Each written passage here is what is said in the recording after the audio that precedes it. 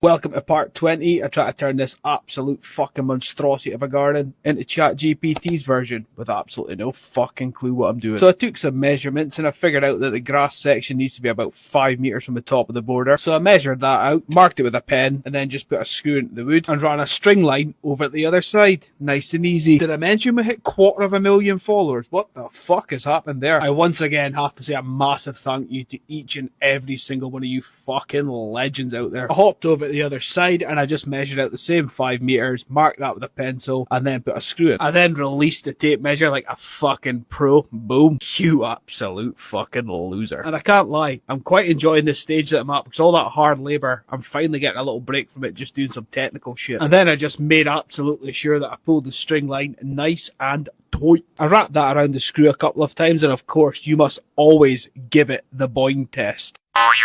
I also put the string line level on, and look at that, I am turning into an absolute fucking pro, by the way. Then it was a quick trip down to B&Q. I managed to convince one half of Team Destruction to come with me, but she refused to walk, so I had to put her in the trolley. And now we're on to installing this membrane for the stone border. But with me being an absolute fucking idiot and a lazy bastard, I've just been throwing all the stones and the dead grass into the border, thinking I'll just deal with that later. Now I have to fucking deal with it. So I removed all the stones and dead grass and just swept the shit out of it. Then it was time to start with the weed membrane.